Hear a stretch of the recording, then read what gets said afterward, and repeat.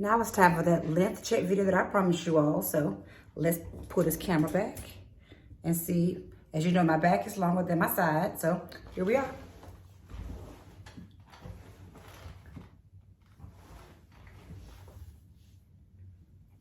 So here's the bra strap. So if pulled, I'm a little below for some of them. You see, this one is coming way down here when stretched. But when not stretched, we are grazing bra strap length. Other side.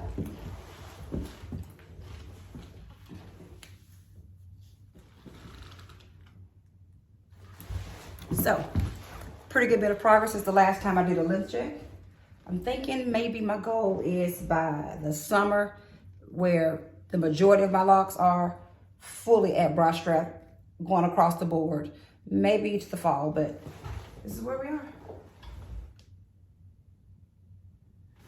I say, guys, hang in there.